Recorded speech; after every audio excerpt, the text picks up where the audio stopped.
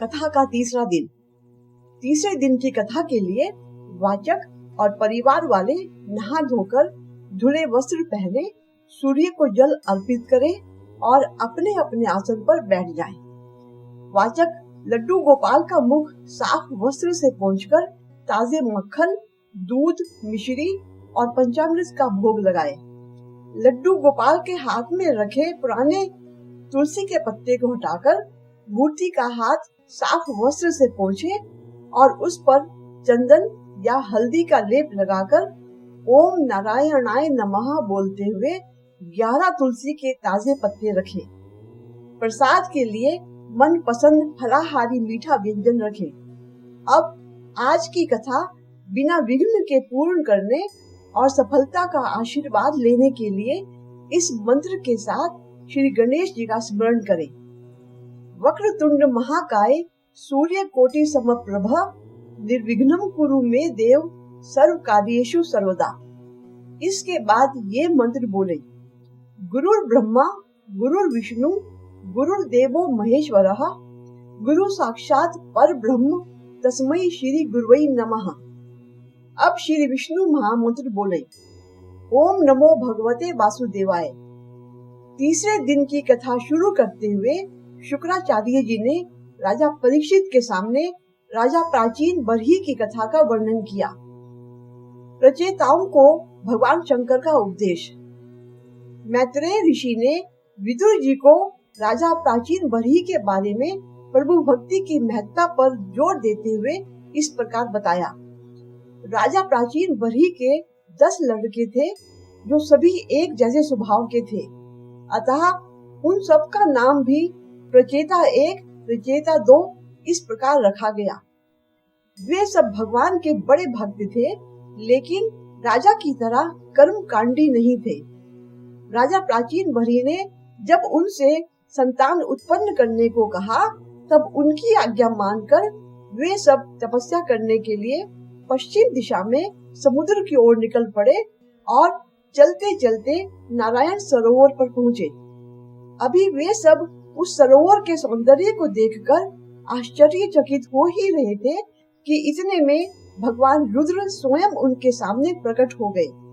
उन्होंने प्रचेताओं को भक्ति का उपदेश दिया।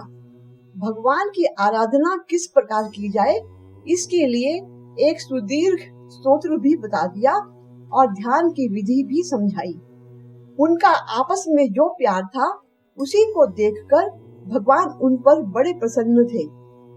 अब शंकर भगवान के उपदेशानुसार ये प्रचेता गण भक्ति में लग गए, परंतु प्राचीन बरही तो कर्मकांडी थे।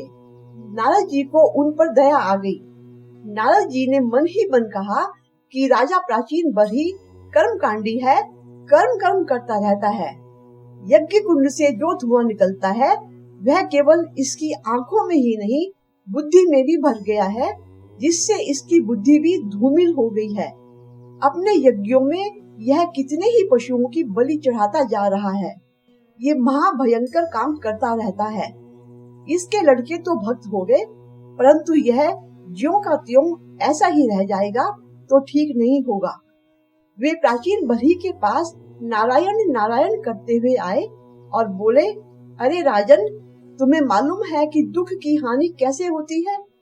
क्या इससे तुम सुखी हो गए? राजा ने कहा, नहीं भगवान, मुझे नहीं मालूम है। घर में रहते रहते पुत्र, धन और कर्म में मैं ऐसा फंस गया कि मैंने कुछ सोचा ही नहीं।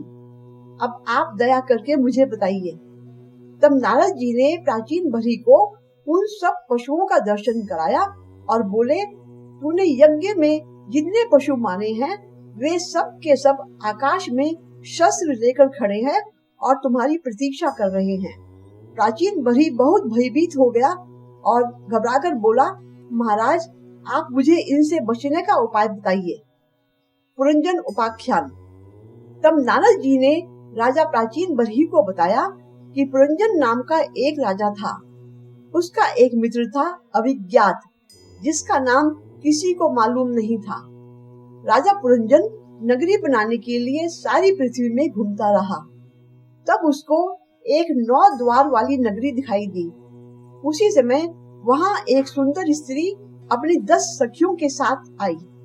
साथ ही 5 सिरों वाला एक सर्प भी उसकी रक्षा करता हुआ वहाँ आया। पुरंजन स्त्री को देखकर उस पर मोहित हो गया और उससे पूछा कि तुम कौन हो, यहाँ क्यों आई हो, किसकी कन्या हो।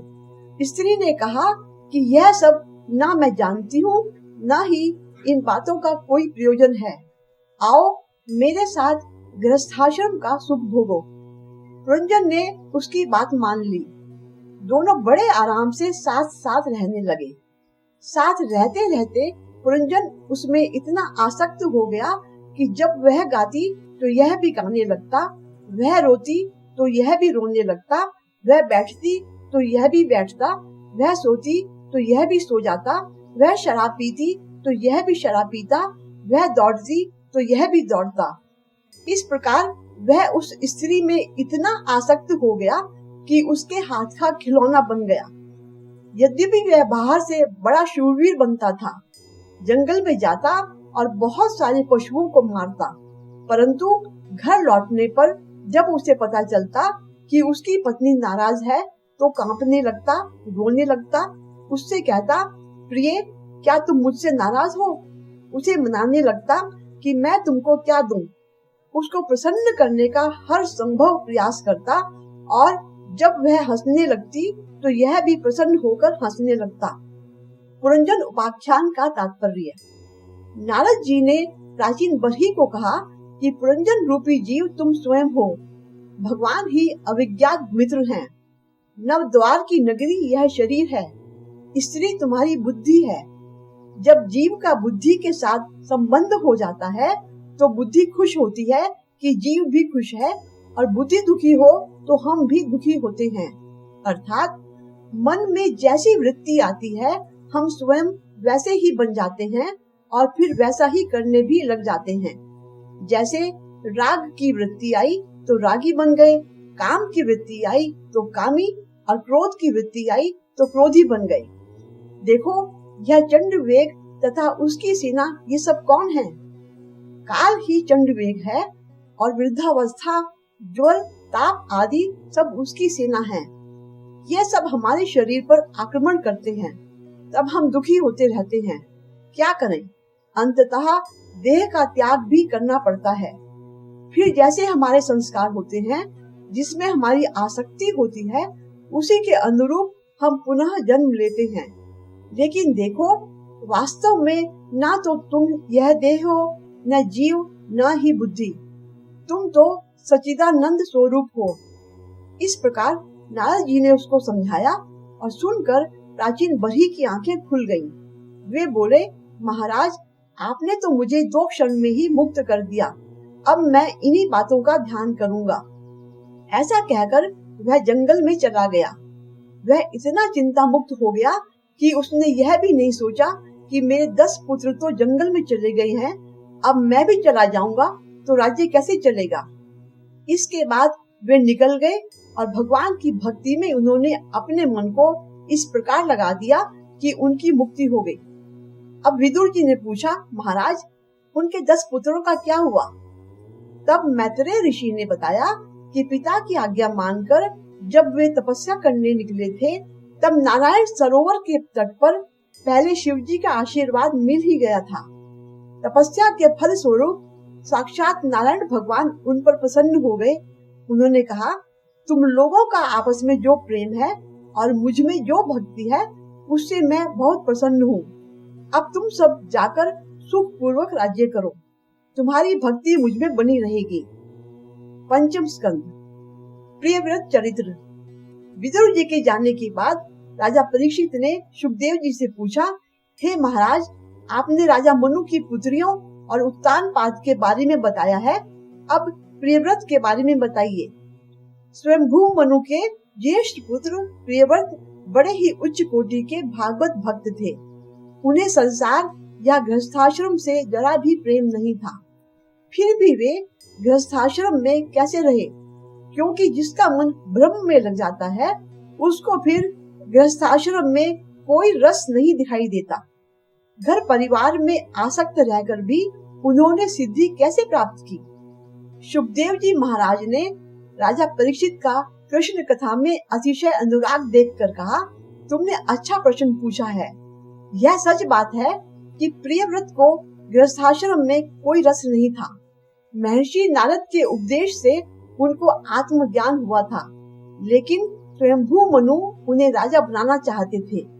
वे ब्रह्मा जी के पास गए और कहा, मेरा लड़का निवृत्ति मार्गी हो गया है, उसको जरा समझा बुझाकर आप गृहस्थाश्रम में ले आइए। ब्रह्मा जी आए और उन्होंने प्रियव्रत को कहा कि हे पुत्र प्रियव्रत, ईश्वर ने यह शरीर कर्म करने के लिए दिया है, अपनी जिम्मेदारी से भागने के लिए नहीं। मनुष्य को चाहिए कि कर्म करते हुए ईश्वर में चित्त लगाए। साधना तो तुम संसार में रहकर भी कर सकते हो। गृहस्थाश्रम में रहते हुए भी तुम काम, क्रोध, मोह, लोभ आदि को जीत सकते हो। प्रियव्रत ने बिना अपनी इच्छा के गृहस्थाश्रम में प्रवेश किया। स्वयंभू मनु ने ब्रह्मा जी का आभार माना और उनकी आज्ञा लेकर प्रियव्रत को समस्त भूमंडल का राजा बना दिया। अब पृथ्वीपति महाराज प्रियव्रत भगवान की कृपा समझकर राजकाज में लग गए। स्वयंभू मनु ने प्रियव्रत का विवाह प्रजापति विश्वकर्मा की पुत्री ब्रह्मष्मति से कर दिया और शासन का संपूर्ण दायित्व प्रियव्रत के ऊपर छोड़कर श्री हरि के भजन कीर्तन के लिए वन को चले गए। राजा प्रियव्रत ने हजारों वर्षों तक पृथ्वी पर शासन किया। उनके 10 पुत्र और 1 कन्या हुई। उस कन्या का विवाह शुक्राचार्य के साथ हुआ था। राजा प्रियव्रत ने भगवान की भक्ति पूर्वक राज्य किया। उनका राज्य बहुत समृद्धिशाली बन गया। उनका वंश भी अत्यंत उज्जवल और सुयशपूर्ण हुआ। एक दिन प्रियव्रत ने सोचा कि ब्रह्मा जी की बात मानकर मैं यहाँ पर आ गया। वे कहते थे कि यहाँ गृहस्थाश्रम में भी सब साधन हो सकता है, लेकिन यहाँ तो मैं दूसरी ही चीजों में पड़ा रहा। भगवान की भक्ति जिस प्रकार से करनी चाहिए उस प्रकार से नहीं कर पाया। अब सब कुछ छोड़कर चले जाना चाहिए। इस प्रकार सोचकर प्रियव्रत को सब चीजों से वैराग्य हो गया। सब छोड़कर वो जंगल में चले गए और वहीं पर फिर से उपदेश ग्रहण करके उन्होंने अपने मन को भगवान में लगा दिया।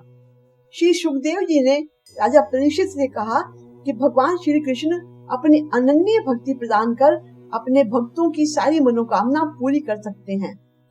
प्रियव्रत का पौत्र नाभि निसंतान था। उसने पुत्र प्राप्ति के लिए यज्ञ करवाया। भगवान श्री हरि ने साक्षात दर्शन देते हुए कहा कि मैं स्वयं नाभि के यहाँ पुत्र रूप में अवतार लूंगा, ऋषभ अवतार। समय आने पर राजा नाभि के यहाँ भगवान ने जन्म लिया। राजा ने उनका नाम ऋषभ रखा। ऋषभ देव ने गुरुकुल में जाकर शिक्षा ली। एक बार जब राज्य में वर्षा नहीं हुई तो ऋषभ देव ने अपनी योग माया से जल बरसाया। राजा ने सबकी इच्छा देखकर प्रसन्नता से ऋषभ देव का राज्याभिषेक किया। इंद्र ने प्रसन्न होकर ऋषभ देव से अपनी कन्या जयंती का विवाह कर दिया। उनके 100 पुत्र हुए। ऋषभ देव का अपने पुत्रों को उपदेश। भगवान ऋषभ देव संसार के हित के लिए कर्म कर रहे थे, जिससे संसार के लोग उनका अनुकरण करें। एक बार ऋषभ देव अपने पुत्रों को लेकर घूमते घूमते ब्रह्म समाज में पहुँचे। वहाँ सारे ऋषियों की सभा लगी थी। वहीं पर ऋषभ देव ने अपने पुत्रों को उपदेश दिया। उन्होंने कहा, जगत में मनुष्य देह प्राप्त करके विषय भोग में लिप्त हो जाना पाप का मार्ग है। मनुष्य देह से तो केवल दिव्य तप करना चाहिए। स्त्री, धन, पुत्र आदि के लौकिक मोह में फंसकर मनुष्य भोग वृत्ति में ही रह जाता है। उसे आत्मज्ञान प्राप्त नहीं होता। मैं और मेरा अहंकार भाव छोड़ देने से मनुष्य परम पद प्राप्त कर लेता है। ज्ञानी पुरुष को चाहिए कि अज्ञानियों का पथ प्रदर्शन करे। मैंने यह शरीर अपनी इच्छा से धारण किया है। मेरा स्वरूप शुद्ध, सात्विक एवं धर्म का है। तुम सब मेरे अंश हो। भरत तुम्हारा ज्येष्ठ भ्राता है। वह परम ज्ञानी एवं महायोगी है। तुम सब भाई उसकी सेवा करना।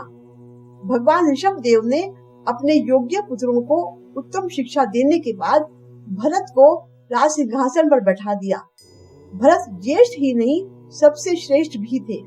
उन्हीं के नाम पर इस देश का नाम भारतवर्ष पड़ा। अवधूत धर्म। भगवान ऋषभ देव परमहंस का धर्म उसकी चर्चा प्रकट करने के लिए निकल पड़े। नग्न अवस्था, अवधूत वेश में और बिखरे बालों के साथ विरक्त बनकर वे चलते रहे। इतना ही नहीं, उन्होंने मुंह में पत्थर रख लिया ताकि बोलना ही ना पड़े। लोग उनके ऊपर पत्थर या गंदगी फेंक देते थे, लेकिन इस सब से उन्हें कोई अंतर नहीं पड़ता था। वे एक पेड़ के नीचे लंबे समय तक पड़े रहते थे। कुछ मिलता तो खा लेते, नहीं तो ऐसे ही रह जाते। उनका जो मलमूत्र निकलता था उसमें दुर्गंध न आकर उससे सुगंध निकलती थी। ऐसी नग्न और विचित्र अवस्था में भी उनके चेहरे पर मुस्कान ऐसी बनी रहती थी।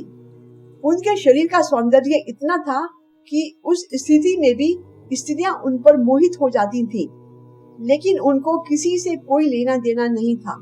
वे बस चलते रहते थे।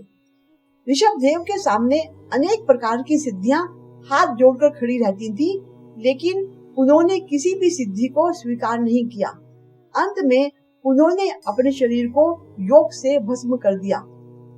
राजा भरत की कथा। राजा भरत ने बहुत उत्तम विधि से राज्य किया। राज्य करते समय उन्हें किसी बात का अभाव नहीं रहा था। शत्रु रहित समस्त भूमंडल के वे सम्राट थे। उनको परम पतिव्रता पत्नी मिली थी और राजर्षि कुल का गौरव बढ़ाने वाले 5 पुत्र थे। फिर पूर्व परंपरा के अनुसार वे भी राजपाट का वैभव त्याग कर वन में चले गए। उन्होंने उद्वेग से नहीं, विवेक पूर्वक भगवत भजन के लिए घर गृहस्थी का त्याग किया था। पहले उन्होंने पुनः आश्रम में निवास किया और वहां पर केवल कंदमूल फल आदि का फलाहार करते हुए तपस्या में लीन हो गए। विशेष रूप से उन्होंने सूर्य देव की उपासना की। वे वहां साधु के वेश में रहने लगे। एक दिन वे गंडकी नदी तट पर प्रणव का जप करते हुए बैठे थे। एक हिरनी जो गर्भवती थी वहां पानी पी रही थी। तभी एक सिंह ने बड़ी जोर से गर्जना की, जिससे घबराकर उसने छलांग लगा दी। हिरनी तो कूद गई, परंतु कूदते समय उसके गर्भ से बच्चा पानी में गिर पड़ा। वह हिरनी गिरकर वहीं मर गई। भरत को हिरनी के छोटे से शावक पर बड़ी दया आई। उन्होंने नदी में कूदकर बच्चे को बचा लिया और आश्रम में लाकर उसकी सेवा करने लगे। वे बड़े लाड प्यार से उसे पालने लगे। राजर्षि भरत उसके मोह में ऐसे फंसे कि उनका ध्यान भगवत भजन से अधिक उस मृग शावक की सेवा में ही लगा रहता। उसे अपने हाथ से तृण खिलाना, ठंडा जल पिलाना, अपनी गोद में हर समय रखना तथा रात दिन उसकी चिंता करना ही उनका दैनिक कर्म बन गया। मृग शावक यदि थोड़ी देर के लिए भी इधर उधर कहीं भी जाता तो वे उसके पीछे जाकर उसे गोद में उठा लेते। इस मोह पाश में बंधे भरत अपने आत्म स्वरूप को भी भूल गए। उनका ध्यान, पूजा, भजन पाठ आदि सब धीरे धीरे छूटते गए। शावक के वात्सल्य में वे अपने आप को भी भूल गए थे। शावक के ध्यान की इसी अवस्था में उनकी मृत्यु हो गई। मृत्यु के समय मनुष्य सबसे अंत में जो विचार करता है, जिसका चिंतन करता है, उसका अगला जन्म उसी प्रकार होता है। इस घटना से यह शिक्षा मिलती है कि सब पर दया, प्रेम, हित करो, पर कहीं आसक्ति मत करो। किसी में मोह मत करो और ममता के बंधन में अपने आप को मत बांधो। मृग शावक में मोह रखने के कारण भरत ने हिरण का ही जन्म पाया। तब भी पूर्व जन्म का ज्ञान उन्हें बना रहा। मृग योनि में वे गंडकी के तट पर पुलह ऋषि के आश्रम में ही रहने लगे। वे सोचते थे कि मैं कितना अभागा निकला जो राज्य, पुत्र और पत्नी का मोह त्याग कर आश्रम में भजन करता था, और इस हिरण के बच्चे के मुंह में पड़कर मैंने सारी तपस्या व्यर्थ कर दी। वे सूखे पत्ते खाते थे, जिसके कारण उनका शरीर सूख गया और कुछ दिन बाद उन्होंने घास और पानी छोड़ दिया और इस कारण उनका मृग शरीर भी छूट गया। मृग शरीर छूटने पर उन्होंने आंगिरस गोत्री ब्राह्मण के घर में जन्म लिया। उन्हें अब भी पूर्व जन्म की स्मृति बनी हुई थी। वे निरासक्त भाव से रह रहे थे। पिता का उन पर बहुत स्नेह था। भरत की पढ़ाई अथवा किसी भी प्रकार के कर्म में आसक्ति नहीं थी। पिता की मृत्यु के बाद भाइयों ने भरत को खेती के काम पर लगा दिया। उन्हें रूखा सूखा भोजन दिया जाता था। वे मूढ़ की भांति जीवन व्यतीत करने लगे। पूर्व जन्म की स्मृति के कारण वे अब पूर्ण सावधान हो गए कि कहीं किसी से मोह ना हो जाए। इस भय से अपने को पागल के समान रखते थे, लेकिन मन केवल प्रभु भक्ति में ही रमा हुआ था। इस कारण उनका नाम जड़ भरत पड़ गया। एक बार खेत में बैठे हुए भरत को डाकुओं ने पकड़ लिया और उन्हें बांधकर देवी पर बलि चढ़ाने के लिए अपने सरदार के पास ले गए। देवी के मंदिर में उनकी बलि पशु की तरह पूजा करके डाकू तलवार से उनका सिर काटने के लिए तैयार हुए। तभी देवी ने प्रकट होकर डाकुओं को मार डाला और भगवान के भक्त की रक्षा की। जड़ भरत वो राजा रहुगण की भेंट।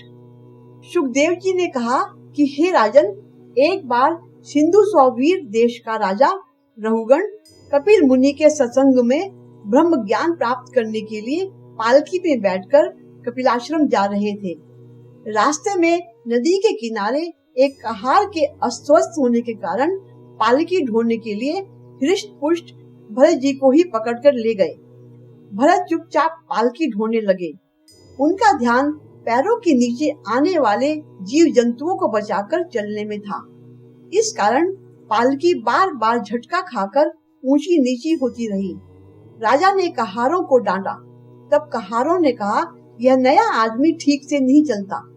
राजा ने भरत को डांट कर कहा, इतने हट्टे कट्टे होते हुए भी तुम्हें पालकी उठाने से थकान आ रही है क्या? भरत बिना उत्तर दिए चुपचाप अपनी चाल से चलते रहे। राजा को क्रोध आया। राजा होने के अभिमान ने रहुगण को अविवेकी बना दिया। उन्होंने जड़ भरत से कहा, तू निरा पागल और मूर्ख है। तुझे मालूम नहीं मैं राजा हूँ, तुझे भयंकर दंड दे सकता हूँ। राजा का क्रोध देखकर जड़ भरत ने मुस्कुराते हुए कहा, राजन, तुम्हारा वचन सत्य है। मार्ग पर भार ढोने का कार्य शरीर कर रहा है। पैर ही मार्ग पर चलते हैं और मोटा या दुबला शरीर पंचभूतों से बना है। जीव को तो कुछ महसूस ही नहीं होता। विकार भी शरीर के होते हैं। स्वामी सेवक का भाव संसार के लौकिक व्यवहार में है। मूर्ख व्यक्ति को दंड देकर भी चतुर अथवा बुद्धिमान नहीं बनाया जा सकता। राजा ने ये सारपूर्ण बातें सुनी तो उन्होंने तत्काल पालकी नीचे उतरवाई। भरत को प्रणाम किया और पूछा, हे अवधूत, आप कौन हैं? आपके गले पे पड़ा जनेऊ बता रहा है कि आप ब्राह्मण कुल के हैं। मैंने ब्राह्मण कुल से पालकी उठवाकर बहुत पाप किया है। अब तो मेरी रक्षा स्वयं भगवान शंकर भी नहीं कर सकते। राजा ने कहा कि आपने जो वचन अभी कहे हैं, मुझे उनका ज्ञान कराएं। भरत ने राजा को समझाया कि तुम ज्ञानी नहीं हो। जो मनुष्य कर्मों को ही प्रधान मानता है, उसे तत्व ज्ञान प्राप्त नहीं हो सकता। सबसे प्रधान वस्तु मन है। मन ही जीव को नरक में डालता है और विषहीन मन ही मोक्ष पद प्राप्त कराता है। भरत ने कहा, राजन, पूर्व जन्म में मैं ही चक्रवर्ती राजा भरत था। मेरे नाम पर ही देश का नाम भारतवर्ष पड़ा है। मैं विरक्त रहकर भगवत भजन कर रहा था, लेकिन एक मृग शावक की ममता में फंस गया और मृग योनि भोगी। भगवान की कृपा से मुझे पुनः यह मनुष्य योनि मिली। पूर्व जन्म की स्मृति वश मैं अब संसार से आसक्ति का त्याग करते हुए छिपा रहता हूँ। राजा रहुगण, आप भी मोह के बंधन को काटकर भगवान का स्मरण करो और इस संसार चक्र से मुक्ति का मार्ग अपनाओ। अपनी दंड नीति को बदलकर सबको अपना मित्र बनाओ। इस जन्म में तो मैंने आज केवल आपसे ही बातें की हैं। राजा रहुगण बोले, प्रभु, आप साक्षात परमात्मा रूप हैं। आपने जो उपदेश मुझे दिया उसे और ठीक से समझाएं। भरत जी बोले, राजन, तुम जो यह समझते हो कि मैं पृथ्वी का स्वामी हूँ, तो ना जाने कितने राजा इस धरती पर आए और चले गए, किंतु यह धरती किसी की भी नहीं हुई। संसार में जीव आता है और प्रभु को भूलकर मैं मेरेपन के चक्कर में पड़ जाता है। सत्य तो एकमात्र परमात्मा ही है। भवाटवी का स्पष्टीकरण। भरत जी ने रघुगण को उपदेश देकर भवाटवी का वर्णन करते हुए बताया कि भव अर्थात संसार और अटवी अर्थात जंगल, यानी हम सब लोग आजीवन इस संसार के जंगल में सांसारिक मोह माया और रिश्ते दांतों के खेलों में ही भटकते रहते हैं। काम क्रोध आदि के बड़े बड़े पर्वत हम सबको खा जाते हैं। यह संसार ही जंगल है। मन सहित 6 इंद्रियां ही 6 डाकू हैं।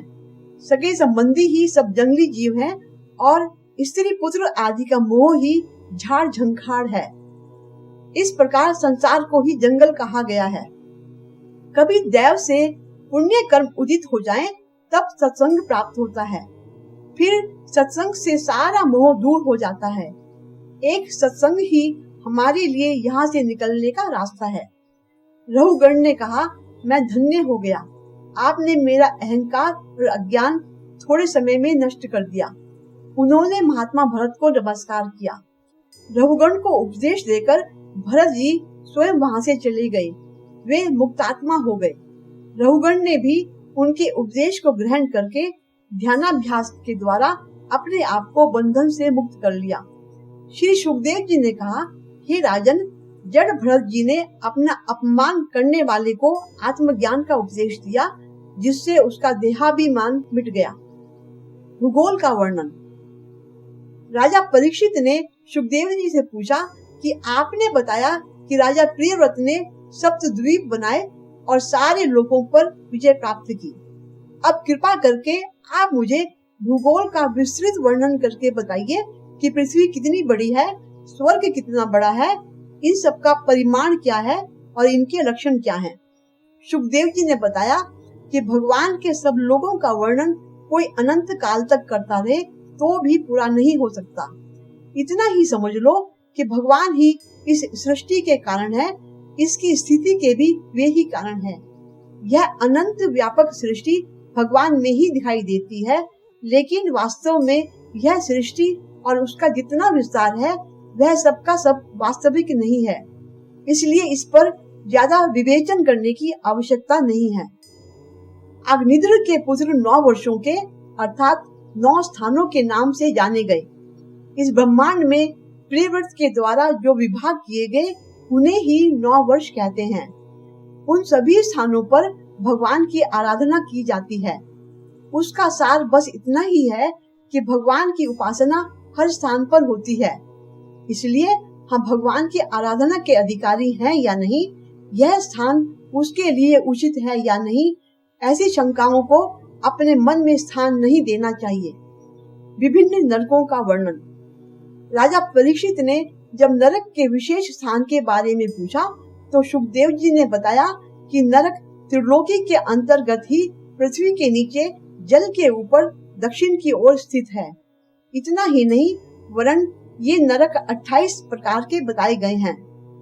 जिस प्रकार स्वर्ग आदि कर्मों के फल स्वरूप दिए जाते हैं, उसी प्रकार विभिन्न नरक भी कर्मों के फल स्वरूप दिए जाते हैं। लोगों द्वारा किए गए अलग अलग प्रकार के कर्मों को अलग अलग प्रकार के भोगों द्वारा भोगना पड़ता है। जीवन में हम जो बुरा काम करके दुख भोगते हैं, वह दुख स्वयं एक प्रकार का नरक ही हुआ, और जब हम अच्छा काम करते हैं तब जो सुख का अनुभव होता है वह एक प्रकार का स्वर्ग है। इसे दृष्ट फल कहते हैं। परंतु जब हम कर्म करते हैं तो उसका एक और फल भी होता है, जिसे अदृष्ट फल कहते हैं। अदृष्ट यानी जो उस समय दिखाई नहीं पड़ता। इस अनजाने कर्म को भी भोगना पड़ता है। हमने जिस उद्देश्य से कर्म किया है उसका भी फल भोगना पड़ता है। इसे पाप पुण्य कहते हैं। षष्ठ स्कंद, अजामिल की कथा।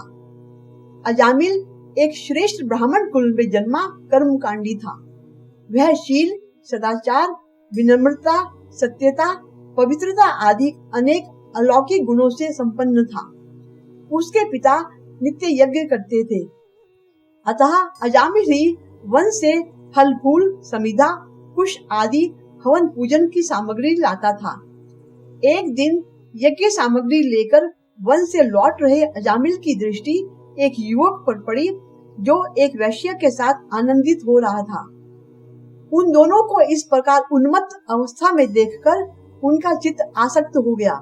उन्होंने मन को बहुत रोकना चाहा, परंतु असफल रहा। अजामिल का विवेक कुंठित हो गया और वह उस वैश्य के पास जा पहुंचा।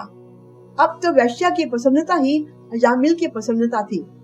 वैश्य को सुख पहुंचाने के लिए अजामिल अपना घर बार लुटाने में भी संकोच नहीं करता। उस कुलटा की कुचेष्टाओं से प्रभावित होकर वह अपनी विवाहिता पत्नी को भी भूल गया और उसका परित्याग करके उस वैश्य के घर में ही रहने लगा। इस तरह वैश्य के पूरे कुटुंब के भरण पोषण का सारा भार अजामिल पर ही आ गया। कुसंग के परिणाम स्वरूप सदाचारी एवं धर्म पालक अजामिल एक कुलटा के कुटुंब पालन के लिए न्याय अन्याय किसी भी प्रकार से धन अर्जित करके लाने लगा।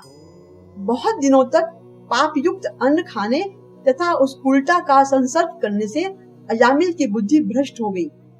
इसी प्रकार पाप कमाते कमाते अजामिल बूढ़ा हो गया और उस वैश्य से उसकी 10 संतानें उत्पन्न हुई।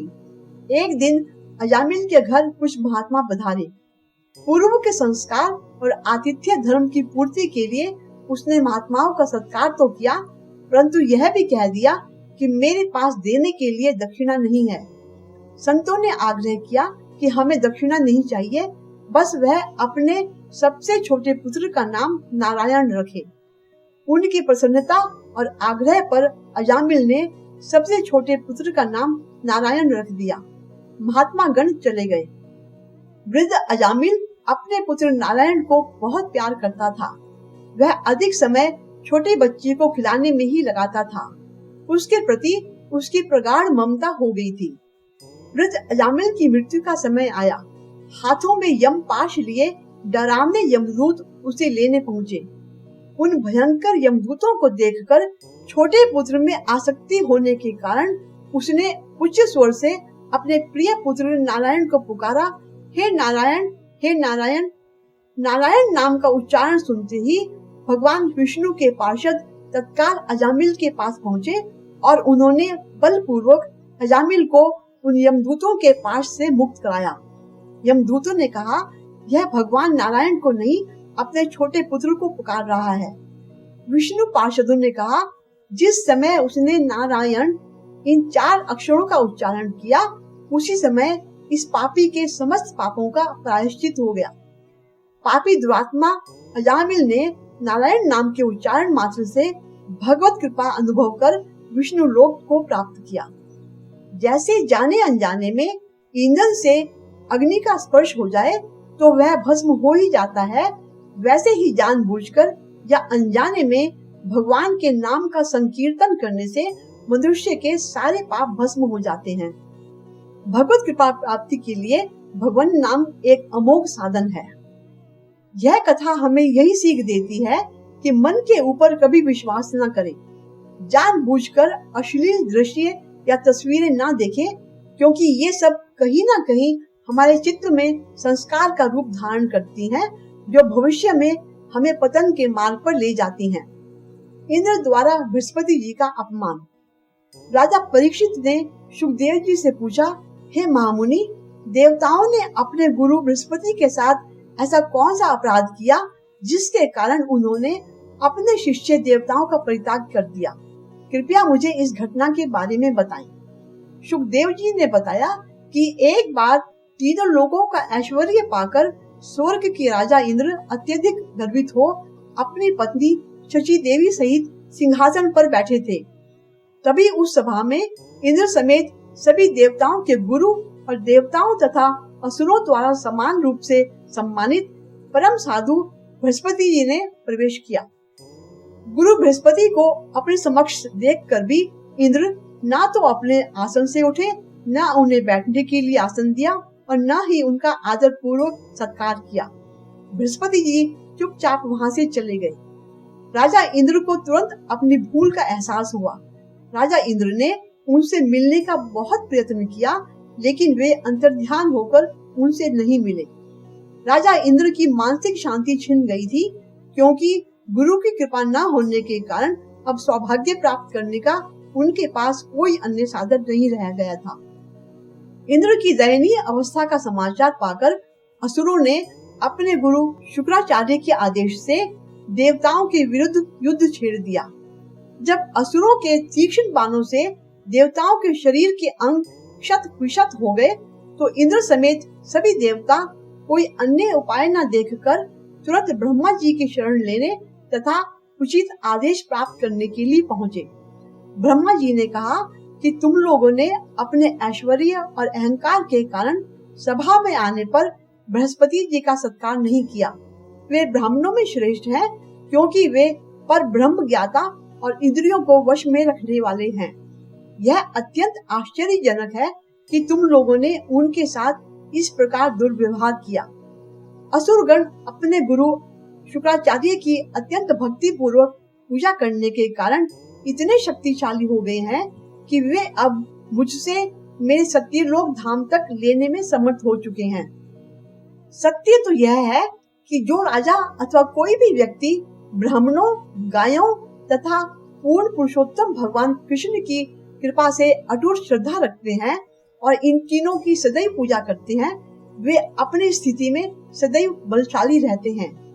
हे देवगण, मैं तुम्हें त्वष्टा के पुत्र विश्वरूप के पास जाने का आदेश देता हूँ। तुम उन्हें अपना गुरु स्वीकार करो। वे अत्यंत शुद्ध एवं शक्तिशाली तपस्वी ब्राह्मण हैं। तुम्हारी पूजा से प्रसन्न होकर वे तुम्हारी इच्छाओं को पूर्ण करेंगे। देवताओं द्वारा विश्वरूप का वर्णन। चिंता से मुक्त होकर सभी देवता त्वष्टा के पुत्र विश्वरूप ऋषि के पास गए। उन्होंने विश्वरूप को हृदय से लगा लिया और बोले कि हम सभी देवता तुम्हारे अतिथि होकर तुम्हारे आश्रम में आए हैं। क्योंकि हम तुम्हारे पिता के समान हैं, इसलिए समयानुसार हमारी इच्छाओं को पूरा करो।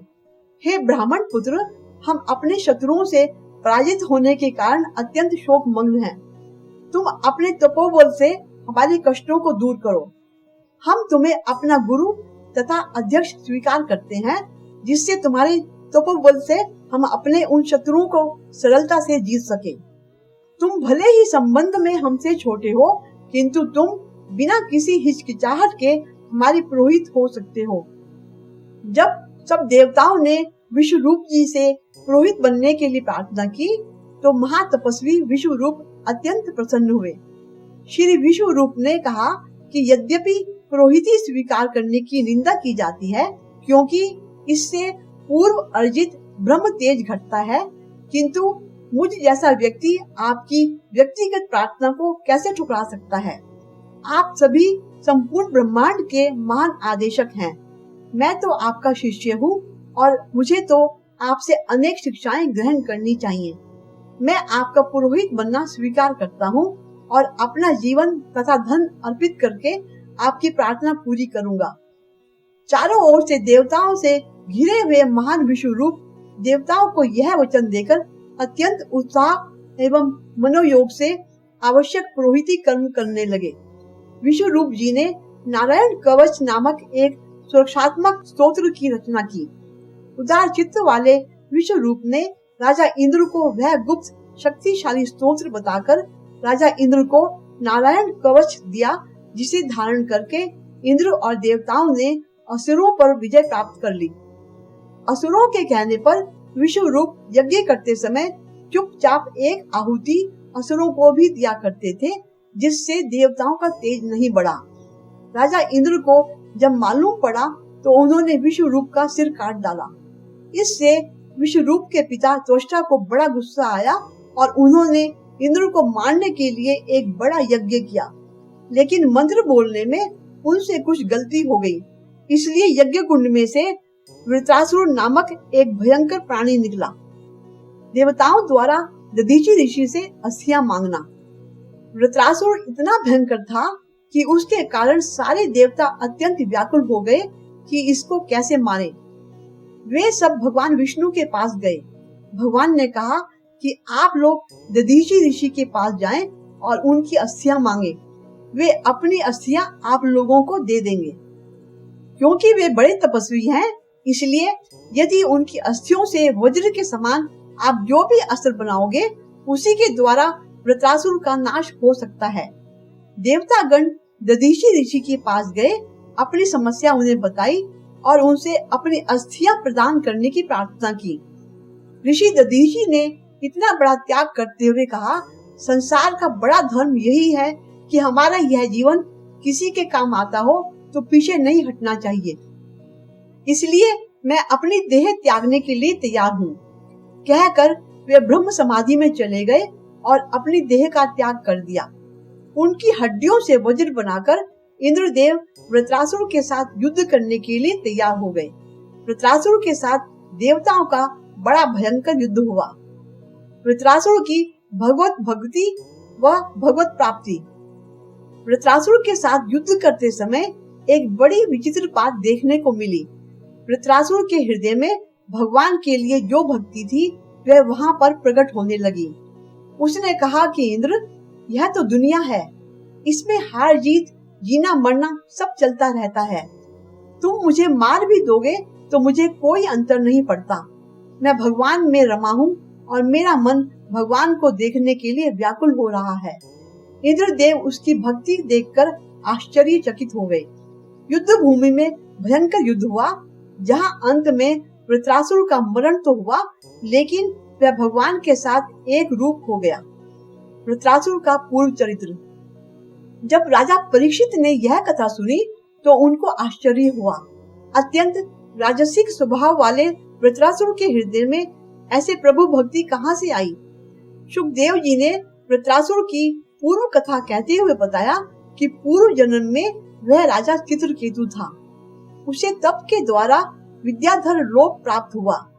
एक दिन वह शेष भगवान के द्वारा दिए गए विमान में बैठकर विचरण करता हुआ कैलाश पर्वत पर पहुंच गया। वहां उसने अनेक ऋषि मुनियों के साथ पार्वती जी को शिव जी की गोद में बैठे देखा। चित्रकेतु ने भगवान शंकर की हंसी उड़ाई और कहा कि सामान्य व्यक्ति भी सबके सामने अपनी पत्नी को गोद में लेकर नहीं बैठता। ये तत्व ज्ञान और धर्म की बड़ी बड़ी बातें करते हैं, लेकिन लगता है इनको तो सामान्य धर्म का भी ज्ञान नहीं है, जो भरी सभा में पत्नी को गोद में बिठाते हैं। सुनकर पार्वती जी को बड़ा क्रोध आया और उन्होंने उसे श्राप दिया कि तुम असुर बन जाओ। चित्रकेतु ने कहा कि माताजी मुझे क्षमा करना, आपको दुख हुआ, इस बात का मुझे दुख है, मैं असुर बनने को तैयार हूँ। आपने श्राप दिया है तो वैसा ही होगा, क्योंकि देवता लोग मिथ्या भाषण नहीं करते, वे जैसा कहते हैं वैसा ही होता है। ऐसा कहकर चित्रकेतु वहाँ से चला गया। शिवजी ने पार्वती जी की ओर देखा और कहा, देखा भक्त कैसा होता है। उसने क्षमा तो मांगी, परंतु यह नहीं कहा कि मुझे श्राप से मुक्त कर दीजिए। उसने इसलिए क्षमा मांगी कि उसकी बात से आपको दुख हुआ, उसे केवल इसी बात का दुख है। चित्रकेतु असुर तो बन गया, लेकिन उसकी पूर्व की भक्ति तब भी प्रकट हो गई और फिर वह मुक्त हो गया। सप्तम स्कंध। युधिष्ठिर द्वारा पूछे गए प्रश्न का नारद जी द्वारा समाधान। राजा परीक्षित ने सुखदेव जी से पूछा कि रात दिन श्री कृष्ण के द्वेष करने वाले शिशुपाल को भगवत प्राप्ति कैसे प्राप्त हुई। इस पर श्री सुखदेव जी ने नारद जी द्वारा कथित एक इतिहास सुनाया। शिशुपाल 3 जन्मों से श्री कृष्ण से बैर भाव रखे हुए था। इस जन्म में भी वह विष्णु जी के पीछे पड़ गया। वास्तव में शिशुपाल भगवान विष्णु का वही द्वारपाल था जिसे सनकादि मुनियों ने श्राप दिया था। वे जय और विजय पहले जन्म में हिरण्यकशिपु और हिरण्याक्ष, दूसरे जन्म में रावण और कुंभकर्ण और अंतिम तीसरे जन्म में कंस और शिशुपाल बने। शिशुपाल श्री कृष्ण की बुआ का लड़का था। जब शिशुपाल का जन्म हुआ तब उसके 3 नेत्र और 4 भुजाएं थी। माता पिता उससे घबराकर उसका परित्याग कर देना चाहते थे, लेकिन तभी आकाशवाणी हुई कि बालक बहुत वीर होगा तथा उसकी मृत्यु का कारण वही व्यक्ति होगा जिसकी गोद में जाने पर बालक अपने एक नेत्र तथा 2 भुजाओं का परित्याग कर देगा। इस आकाशवाणी और उसके जन्म के विषय में जानकर अनेक वीर राजा वहां आए। शिशुपाल के पिता ने बारी बारी से सभी राजाओं की गोद में बालक को दिया।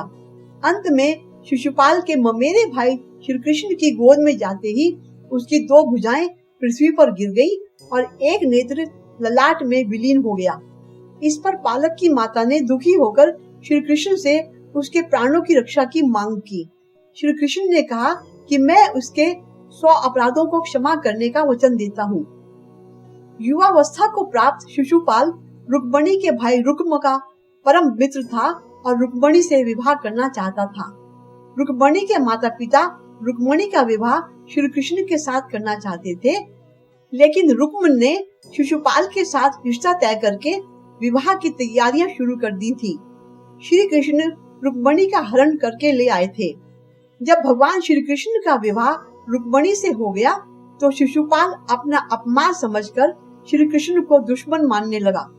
एक बार धर्मराज युधिष्ठिर ने राजसूय यज्ञ का आयोजन किया। यज्ञ की शुरुआत के लिए समस्त सभासदों में इस विषय पर विचार होने लगा कि सबसे पहले किस देवता की पूजा की जाए। तब सहदेव जी उठकर बोले कि श्री कृष्ण ही सभी के देव हैं, जिन्हें ब्रह्मा और शंकर भी पूजते हैं, अतः उन्हीं को सबसे पहले पूजा जाए। पांडु पुत्र सहदेव के वचन सुनकर सभी ने उनके कथन की प्रशंसा की। भीष्म पितामह ने स्वयं अनुमोदन करते हुए सहदेव का समर्थन किया। तब धर्मराज युधिष्ठिर ने शास्त्रोक्त विधि से भगवान श्री कृष्ण का पूजन आरंभ किया। भगवान श्री कृष्ण का मान सम्मान देखकर शिशुपाल ईर्ष्यावश अपने आसन से उठ खड़ा हुआ और श्री कृष्ण को अपमानित कर ललकारते हुए गाली देने लगा। भगवान श्री कृष्ण शिशुपाल की माता को दिए गए वचन के कारण बंधे थे, अतः वे अपमान सह रहे थे। तब श्री कृष्ण ने गरजते हुए कहा, बस शिशुपाल, मैंने तुम्हारे 100 अपशब्दों को क्षमा करने की प्रतिज्ञा की थी, इसीलिए अब तक तुम्हारे प्राण बचे रहे। अब तुम्हारे 100 अपशब्द पूरे हो चुके हैं।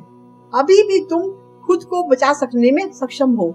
शांत होकर यहाँ से चले जाओ या चुपचाप बैठ जाओ, इसी में तुम्हारी भलाई है।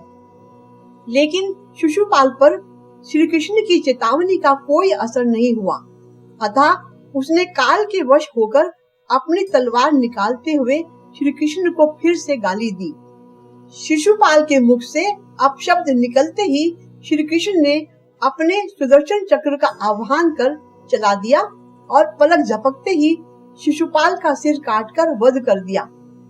उसके शरीर से एक ज्योति निकलकर भगवान श्री कृष्ण के भीतर समा गई। सारे लोग देखते रह गए। रात दिन द्वेष करने वाले व्यक्ति को भी भगवान की प्राप्ति हो गई। युधिष्ठिर को बड़ा आश्चर्य हुआ। तब भरी सभा में उन्होंने नारद जी से प्रश्न किया कि भगवान से सदा ही द्वेष करने वाले शिशुपाल को भगवत प्राप्ति कैसे हुई। नारद जी ने कहा कि भगवान सबके लिए समान हैं। जो उनके पास जाता है उसको उनकी कृपा का लाभ मिलता है। हम लोग अज्ञानवश आरोप लगाते रहते हैं कि भगवान अमुक का पक्षपात कर रहे हैं, लेकिन सत्य तो यह है कि देव हो या दानव, सुर हो या असुर, भगवान सबके हैं। असुर यदि द्वेष से भी उन्हें याद करता है तो भगवान उसको भी मुक्ति प्रदान करते हैं। शुकदेव जी ने राजा परीक्षित को यह कहने का प्रयत्न किया है कि इस कथा के माध्यम से भगवान श्री कृष्ण की सहनशीलता, क्षमा करने की शक्ति और बड़ों की बात को आदत पूर्वक पूर्ण करने की शिक्षा मिलती है। प्रहलाद का जन्म। अपने भाई हिरण्याक्ष के वध से बहुत दुखी, व्याकुल और क्रोधित होकर हिरण्यकशिपु ने दैत्यों को प्रजा पर अत्याचार करने, मंदिरों को तोड़फोड़ करने, यज्ञों को ध्वस्त करने, जप तप करने वाले साधुओं को मार डालने और धर्म को खत्म करने की आज्ञा दी, ताकि भगवान विष्णु की शक्ति खत्म हो जाए। आज्ञा देकर वह स्वयं महेंद्राचल पर्वत पर चला गया और भगवान विष्णु द्वारा अपने भाई की हत्या का बदला लेने के लिए ब्रह्मा जी की घोर तपस्या करने लगा। दूसरी ओर दैत्यों के राज्य को बिना सम्राट के देखकर देवताओं ने उन पर आक्रमण कर दिया। दैत्य गण इस युद्ध में पराजित हुए और पाताल लोक भाग गए। तब देवराज इंद्र ने हिरण्यकशिपु के महल में प्रवेश करके उसकी गर्भवती पत्नी कयाधु को बंदी बना लिया और उसे साथ लेकर अमरावती की ओर जाने लगे। रास्ते में उन्हें देवर्षि नारद मिले। नारद जी ने पूछा, देवराज, इसे कहाँ लेकर जा रहे हो? इंद्र ने कहा कि इसके गर्भ में हिरण्यकशिपु का अंश है, उसे मारकर इसे छोड़ दूंगा। यह सुनकर नारद जी ने कहा कि इसके गर्भ में भगवान का बहुत बड़ा भक्त है जो तुम्हारी शक्ति के बाहर है, इसलिए इसे छोड़ दो। नारद जी का मान रखते हुए इंद्र ने कयाधु को छोड़ दिया और अमरावती चले गए। नारद जी कयाधु को अपने आश्रम पर ले आए और उससे बोले, पुत्री, जब तक तुम्हारा पति अपनी तपस्या पूरी करके नहीं लौट आता तब तक तुम यहाँ आराम से रहो। कयाधु नारद जी के सुंदर प्रवचनों का लाभ लेती हुई उस पवित्र आश्रम में सुख पूर्वक रहने लगी, जिसके गर्भ में पल रहे शिशु पर भी गहरा प्रभाव पड़ा। समय आने पर कयाधु ने एक पुत्र को जन्म दिया, जिसका नाम प्रहलाद रखा गया। हिरण्यकशिपु का तप व वरदान की प्राप्ति। हिरण्यकशिपु ने अत्यंत कठिन तपस्या की, जैसी आज तक किसी ने नहीं की थी। इसलिए भगवान ब्रह्मा को उसे यह वर देना पड़ा कि भगवान ब्रह्मा के बनाए हुए किसी भी प्राणी से उसकी मृत्यु न हो, अर्थात न मनुष्य से, न पशु से, न दैत्य से, न देवताओं से, न सर्प से और न ही गंधर्व से। वह न अपने महल के भीतर मर सके, न ही अपने महल के बाहर। न उसे कोई दिन में मार सके, न ही रात्रि में, न ही अस्त्र से उसकी मृत्यु संभव हो सके, न ही शस्त्र से, न ही पृथ्वी पर उसकी मृत्यु हो और न ही आकाश में। साथ ही उसने यह वरदान मांगा कि ब्रह्मा के द्वारा बनाया गया कोई भी प्राणी उसकी शक्ति का सामना न कर सके और वह सभी का राजा बने।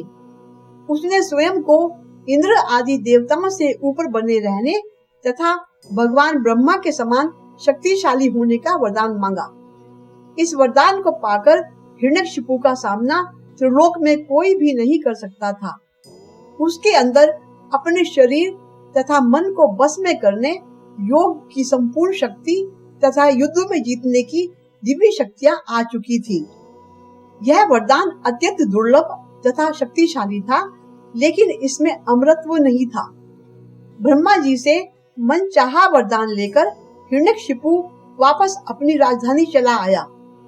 कुछ समय के बाद कयाधु भी प्रहलाद को लेकर नारद जी के आश्रम से राजमहल में आ गई। प्रहलाद पर हिरण्यकशिपु का अत्याचार। जब प्रहलाद कुछ बड़े हुए तब हिरण्यकशिपु ने उनकी शिक्षा की व्यवस्था की। गुरु के सानिध्य में वे शिक्षा ग्रहण करने लगे। एक दिन हिरण्यकशिपु अपने मंत्रियों के साथ सभा में बैठा हुआ था। उसी समय प्रहलाद अपने गुरु के साथ वहां आए। हिरण्यकशिपु ने प्रहलाद को अपनी गोद में बिठाकर दुलार किया और कहा कि तुमने अब तक अध्ययन में निरंतर तत्पर रहकर जो कुछ सीखा है उसमें से कुछ अच्छी बात सुनाओ। प्रहलाद बोले कि मैंने अब तक जो सीखा है उसका सारांश आपको सुनाता हूँ। जो आदि, मध्य और अंत से रहित, अजन्मा, वृद्धि क्षय से शून्य है, उन समस्त कारणों के कारण श्री हरि को मैं प्रणाम करता हूँ। यह सुनकर दैत्यराज हिरण्यकशिपु क्रोध से लाल हो उठा और प्रहलाद के गुरु से पूछा कि तूने मेरी अवज्ञा करके इस बालक को मेरे परम शत्रु की स्तुति से युक्त शिक्षा कैसे दी? गुरुजी ने कहा कि आपका पुत्र मेरी सिखाई हुई शिक्षा नहीं कह रहा है। हिरण्यकशिपु ने जब प्रहलाद से पूछा कि उसे यह शिक्षा किसने दी है, तो प्रहलाद बोले कि हृदय में स्थित भगवान विष्णु ही तो संपूर्ण जगत के उपदेशक हैं। उनको छोड़कर और कौन किसी को कुछ सिखा सकता है। हिरण्यकशिपु ने प्रहलाद को अनेकों प्रकार से समझाया, पर प्रहलाद के मन से श्री हरि के प्रति भक्ति और श्रद्धा भाव कम नहीं हुआ। तब प्रहलाद को शत्रु प्रेमी और अपने कुल का नाश करने वाला मानकर अत्यंत क्रोधित हुए हिरण्यकशिपु ने अपने सेवकों को आज्ञा दी कि वे प्रहलाद को मार डालें। हिरण्यकशिपु की आज्ञा पाकर सैनिकों ने प्रहलाद पर अनेक प्रकार के अस्त्र शस्त्रों से आघात किए। उसके हाथ पैर बांधकर समुद्र में डाल दिया, विषैले सांपों से डसवाया पर्वत शिखर से गिराया और विष मिला हुआ भोजन खिलाया, लेकिन अनेक प्रकार से मारने की चेष्टा करने पर भी उनके सभी प्रयास श्री हरि की कृपा से असफल हो गए। होलिका दहन। हिरण्यकशिपु की बहन होलिका को अग्नि में न जलने का वरदान प्राप्त था। होलिका प्रहलाद को अपनी गोद में लेकर प्रज्वलित अग्नि में प्रवेश कर गई, लेकिन ईश्वर की कृपा से प्रहलाद को कुछ भी नहीं हुआ और होलिका जलकर भस्म हो गई। इसलिए आज भी होलिका दहन किया जाता है, क्योंकि आध्यात्मिक शक्ति को समाप्त करने का कोई कितना ही प्रयास कर ले, वह समाप्त नहीं होती। अब हिरण्यकशिपु के पूर्व पुत्रों ने प्रहलाद को मारने के लिए अपनी शक्ति से एक कृत्या का निर्माण किया। जब कृत्या प्रहलाद को मारने के लिए आई तो तुरंत विष्णु भगवान सुदर्शन चक्र लेकर वहां प्रकट हो गए और कृत्या राक्षसी का सिर काट कर उसका वध कर दिया। प्रहलाद द्वारा असुर बालकों को शिक्षा। जब प्रहलाद के साथ पढ़ने वाले असुर बालकों ने प्रहलाद की शक्ति देखी तो उन्हें बहुत आश्चर्य हुआ और वे प्रहलाद को आदर की दृष्टि से देखने लगे। एक दिन गुरुजी की अनुपस्थिति में उन्होंने प्रहलाद को अपने बीच में बिठाया और उनसे ज्ञान, शक्ति और भक्ति का उपदेश देने को कहा। प्रहलाद के सत्संग का उन पर गहरा प्रभाव पड़ा और वे सभी भगवत भक्ति की ओर आकर्षित हो गए। नरसिंह अवतार। हिरण्यकशिपु को जब पता चला कि सारे असुर बालक प्रहलाद के पक्ष में हो गए हैं, तो उसने प्रहलाद को अपनी सभा में बुलाया और क्रोधित होकर कहने लगा, अरे दुष्ट, जिसके बल पर तू ऐसी बहकी बहकी बातें करता है, तेरा वो ईश्वर कहाँ है? वह यदि सर्वत्र है तो मुझे इस खंबे में क्यों नहीं दिखाई देता? तब प्रहलाद ने कहा, मुझे तो वे प्रभु खंबे में भी दिखाई दे रहे हैं। यह सुनकर हिरण्यकशिपु क्रोध से अपने सिंहासन से कूद पड़ा और बड़े जोर से उस खंबे में एक मुक्का मारा। उसी समय उस खंबे से बड़ा भयंकर शब्द हुआ और उस खंबे को तोड़कर एक विचित्र प्राणी बाहर निकलने लगा, जिसका आधा शरीर सिंह का और आधा शरीर मनुष्य का था। यह भगवान श्री हरि का नरसिंह अवतार था। उनका रूप बड़ा भयंकर था। हिरण्यकशिपु का अंत केवल स्वयं नारायण ही कर सकते थे, क्योंकि नारायण ही ऐसे प्राणी थे जिनकी रचना भगवान ब्रह्मा ने नहीं की थी। नारायण की नाभि से निकले कमल से ही भगवान ब्रह्मा की रचना हुई थी। इसलिए हिरण्यकशिपु दैत्य का अंत करने के लिए भगवान विष्णु ने नरसिंह अवतार लिया था। नरसिंह की तपाए हुए सोने के समान पीली आंखें थी, उनकी दाढ़ें बड़ी विकराल थी और वे भयंकर शब्दों से गर्जन कर रहे थे। उनके निकट जाने का साहस किसी में नहीं हो पा रहा था। यह देखकर हिरण्यकशिपु सिंहनाद करता हुआ हाथ में गदा लेकर नरसिंह भगवान पर टूट पड़ा। तब भगवान ने उसे झपट कर दबोच लिया और सभा के दरवाजे पर ले जाकर अपनी जांघों पर गिरा लिया और खेल ही खेल में अपने नाखूनों से उसकी छाती को फाड़कर उसे पृथ्वी पर पटक डाला। फिर वहां उपस्थित अन्य दैत्यों को खदेड़ खदेड़ कर मार डाला। तब वे हिरण्यकशिपु के ऊंचे सिंहासन पर विराजमान हो गए। उनकी क्रोधपूर्ण मुखाकृति को देखकर किसी को भी उनके निकट जाकर उनको प्रसन्न करने का साहस नहीं हो रहा था। तब प्रहलाद भगवान के समीप जाकर हाथ जोड़कर भूमि पर साष्टांग लेट गए और उनकी स्तुति करने लगे। बालक प्रहलाद को अपने चरणों में पड़ा देखकर भगवान दयापूर्ण हो गए और उसे उठाकर गोद में बिठा लिया। वे प्रेम पूर्वक प्रहलाद को आशीर्वाद देते हुए बोले कि तुम एक मनवंतर तक इस लोक में दैत्याधिपति बनकर राज्य करो। निष्काम पुण्य कर्मों के द्वारा पाप का नाश करते हुए समय पर शरीर का त्याग करके समस्त बंधनों से मुक्त होकर तुम मेरे पास आ जाओगे। देवलोक में भी लोग तुम्हारी विशुद्ध कीर्ति का गान करेंगे। यह कहकर भगवान नरसिंह वहीं अंतर्ध्यान हो गए। ब्रह्मचर्य आश्रम। अब सुखदेव जी राजा परीक्षित को आश्रमों की आवश्यकता पर जोर देते हुए बताते हैं कि मुख्य रूप से आश्रम 4 प्रकार के होते हैं: ब्रह्मचर्य, गृहस्थ, वानप्रस्थ और संन्यास आश्रम। श्रम से जीवन को सफल बनाने के कारण इन्हें आश्रम कहा जाता है। ब्रह्मचर्य आश्रम सुशिक्षा और सत्य विद्या के गुणों को ग्रहण करने के लिए, गृहस्थ आश्रम उत्तम गुणों एवं श्रेष्ठ पदार्थों की उन्नति से संतानों की उत्पत्ति और उन्हें सुशिक्षा देने के लिए, वानप्रस्थ आश्रम ब्रह्म उपासना, एकांत निवास, विद्या फल पर विचार आदि कार्यों के लिए, और संन्यास आश्रम पर ब्रह्म, मोक्ष और परमानंद की प्राप्ति के लिए माने गए हैं। धर्म, अर्थ, काम तथा मोक्ष इन 4 पदार्थों की प्राप्ति के लिए सब मनुष्यों को इन 4 आश्रमों का पालन करना उचित माना गया है। इनमें से ब्रह्मचर्य आश्रम को प्रथम और सब आश्रमों का मूल माना गया है। ब्रह्मचर्य आश्रम का ठीक ढंग से पालन करने से शेष सब आश्रम सुगम होते हैं और इसके बिगड़ने से सब आश्रम नष्ट हो जाते हैं। एक ब्रह्मचारी को गुरुकुल में रहने, गुरु की सेवा करने, भिक्षा लाकर गुरु जी को अर्पण करने, गुरु कृपा से उस भिक्षा का कुछ भाग मिले तो ग्रहण करने, अन्यथा उपवास करने का विधान है। ब्रह्मचारी के लिए इंद्रियों पर संयम रखकर शारीरिक सुंदरता पर ध्यान न देने और बुरी संगत का त्याग करने आदि नियमों का पालन करना आवश्यक है।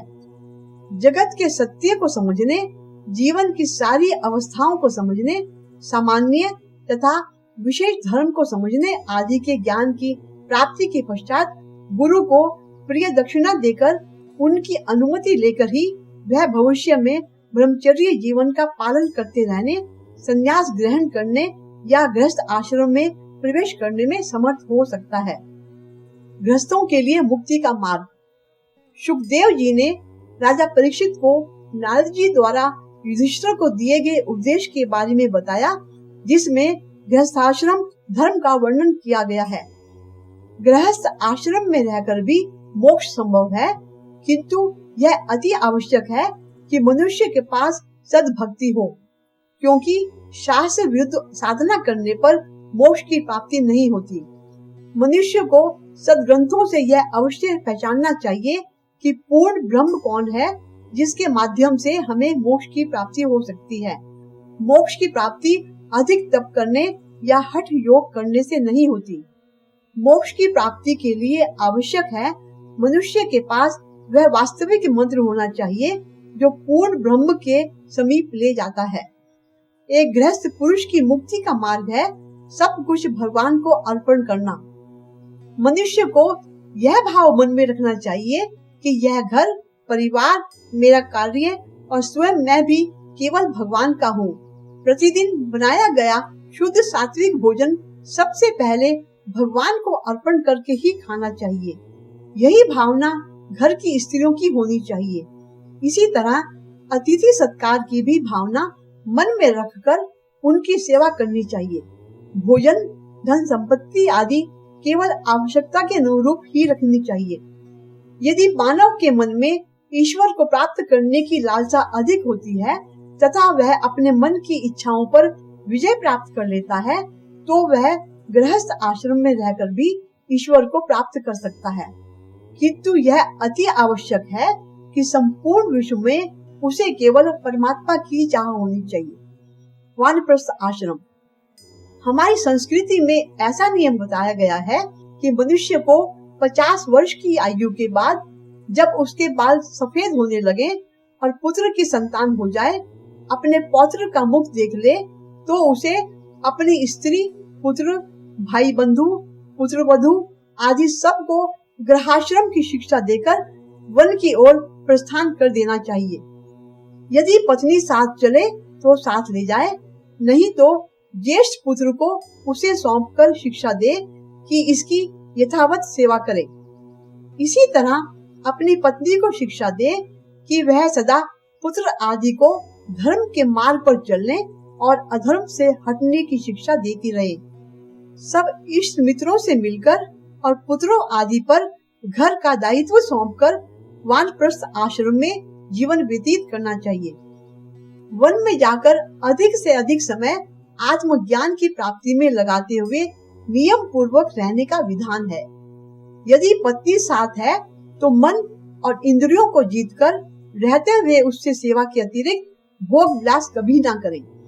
वन में जो पढ़ाने और योगाभ्यास करने वाले तपस्वी धर्मात्मा विद्वान लोग रहते हो, जो गृहस्थ अथवा वानप्रस्थ वनवासी हो, उनके घरों से भिक्षा ग्रहण करें। वन में रहते हुए दीक्षाओं का सेवन करने तथा आत्मा तथा परमात्मा के ज्ञान के लिए नाना प्रकार के उपनिषद व वेदादि शास्त्रों को पढ़ने सुनने पर मनन करने में आजीवन समय व्यतीत करें। इसी प्रकार वानप्रस्थ आश्रम में वन से अग्निहोत्र की सामग्री एकत्रित करके एकांत में निवास कर योगाभ्यास, शास्त्रों का विचार, महात्माओं का संग करते हुए स्वात्मा और परमात्मा को साक्षात करने में प्रयत्नशील रहना चाहिए। संन्यास आश्रम। सनातन धर्म में संन्यास आश्रम को बहुत महत्व दिया गया है। अन्य आश्रमों से यह सबसे अधिक कठिन माना गया है। मन में संसार के प्रति जब प्रबल वैराग्य उत्पन्न हो जाए तब संन्यास ले लेना चाहिए। जो सांसारिक मोह, पक्षपात आदि का त्याग करके आसक्ति रहित और भोग विलास आदि से दूर अकेले रहकर वन के आश्रम का भी त्याग करके संसार में परोपकार के लिए विचरण करता है, वही संन्यास आश्रम के योग्य कहलाता है। ऐसे व्यक्ति को सन्यासी, ऋषि, मुनि, साधु, महात्मा या स्वामी भी कहा जाता है। सन्यासी होने के लिए सन्यासी भाव का होना जरूरी है, तभी सन्यास आश्रम मोक्षदायी सिद्ध होता है। इसमें वन के आश्रम का भी त्याग हो जाता है। प्राचीन भारत में ऋषि मुनि जंगल में कुटिया बनाकर रहते थे, जहाँ वे ध्यान और तपस्या करते थे। वहाँ समाज के लोग अपने बालकों को वेदों का अध्ययन करने के अतिरिक्त अन्य ज्ञान और विद्याएं सीखने के लिए भेजते थे। संन्यास आश्रम में रहने वाले व्यक्ति को योगी कहा जाता है, क्योंकि योगाभ्यास द्वारा वह अपनी इंद्रियों और मन को जीतने वाला, मोक्ष की कामना रखने वाला तथा ब्रह्म का साक्षात्कार कर अपनी आत्मा में ही परमात्मा के दिव्य स्वरूप का दर्शन करने वाला बन जाता है। मनुस्मृति के अनुसार सन्यासी को चाहिए कि वह सिर के बाल, दाढ़ी, मूछ और नखों को समय समय पर छेदन कराता रहे। फूलों के रंगे हुए वस्त्रों, पात्र एवं दंड को धारण किया करे। सन्यासी को यज्ञोपवीत शिखा का बंधन नहीं रहता। सन्यासी को एक गांव में एक रात से ज्यादा नहीं ठहरना चाहिए। उसे केवल भगवान का ही आश्रय ग्रहण कर कभी किसी से कोई अपेक्षा नहीं रखनी चाहिए, न ही अन्य किसी के ऊपर आश्रित रहना चाहिए। सन्यासी को चाहिए असत्य शास्त्रों व तर्क वितर्क से स्वयं को दूर रखकर वह केवल शांत भाव से परम परमेश्वर परमात्मा में मन लगाए, जीवन में कोई अन्य लक्ष्य न रखे एवं जीवन मृत्यु से उसे कोई अंतर न पड़े। सुखदेव जी ने राजा परीक्षित को वर्णाश्रम धर्म, सामान्य धर्म और स्त्री धर्म के बारे में बताया, जिसका संक्षेप में अर्थ है कि मनुष्य को जीवन के कर्तव्यों को निभाकर सदा आत्म कल्याण, सत्कर्म और ज्ञान के मार्ग पर अटल रहकर चलना चाहिए। सुखदेव जी द्वारा राजा परीक्षित को सुनाई गई श्रीमद् भागवत कथा का तीसरा दिन यहाँ समाप्त होता है। अब खड़े होकर श्री विष्णु जी की आरती करें।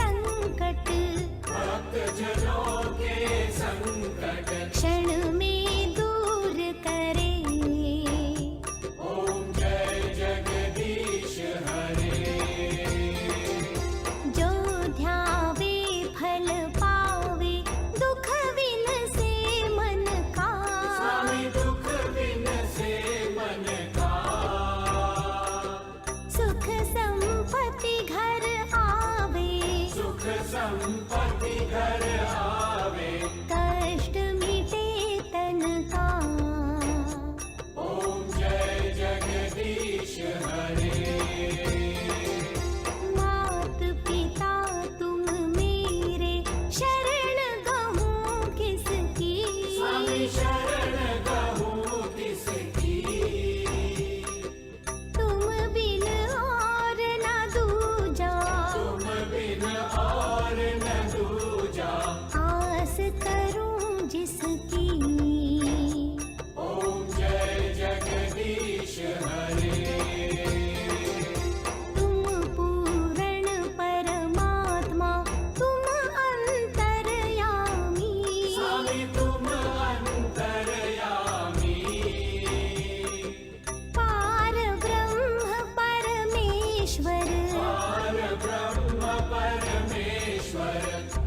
सबके स्वामी।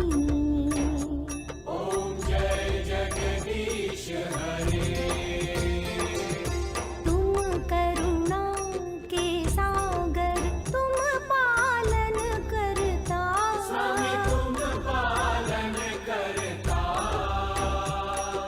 मैं मूरख खल कामी, मैं मूरख खल कामी। कृपा करो भरता।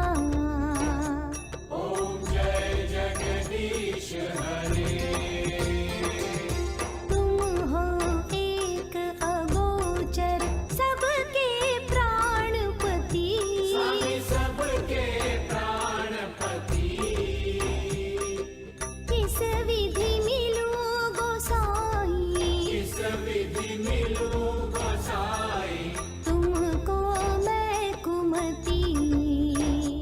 ओम जय जगदीश हरे। दीन बंधु दुख हरता, तुम ठाकुर मेरे। स्वामी तुम ठाकुर मेरे। अपने हाथ उठाओ, अपने हाथ उठाओ। द्वार पड़ा तेरे।